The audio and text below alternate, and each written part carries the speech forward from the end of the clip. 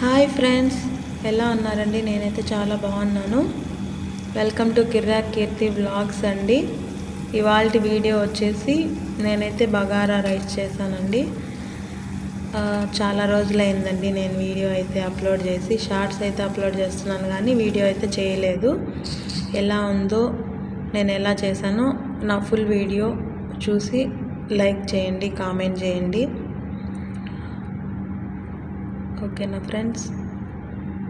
ఇప్పుడైతే నేను ప్లేట్లో గ్రీన్ చిల్లీ, ఆనియన్ అవన్నీ కట్ చేసి పెట్టుకున్నాను. ఆయిల్ వేసుకొని అందులో మసాలా దినుసులతో పాటు మనం కట్ చేసుకున్న గ్రీన్ చిల్లీ వేసుకొని కొద్దిగా వేయించిన తర్వాత అందులోనే ఆనియన్స్ వేసుకోవాలండి. అందులో ఆనియన్స్ వేసుకొని ఫ్రై చేసుకోవాలి. మొత్తం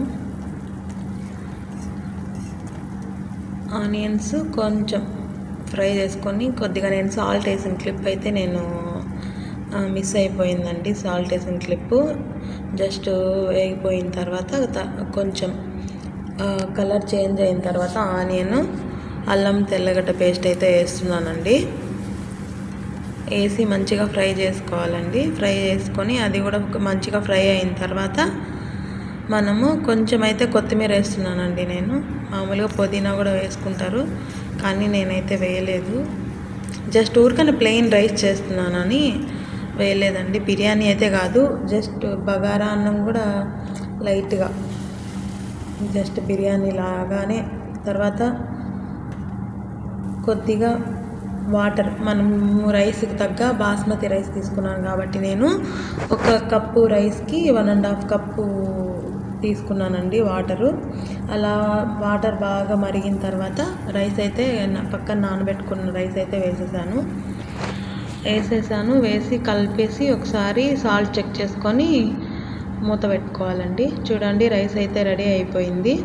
వేడి రైస్ చూస్తున్నారు కదా ఫ్రెండ్స్ ఎలా ఉందో. మీరు కూడా ట్రై చేయండి మంచిగా. నెక్స్ట్ టైము కొలతల ప్రకారం రైస్ ఎంత తీసుకోవాలి, వాటర్ ఎంత తీసుకోవాలి నెక్స్ట్ టైం నేను చూపిస్తానండి. ఇప్పుడైతే నా వీడియో నచ్చితే లైక్ చేయండి, షేర్ చేయండి, కామెంట్ చేయండి. ఓకేనా ఫ్రెండ్స్? బాయ్.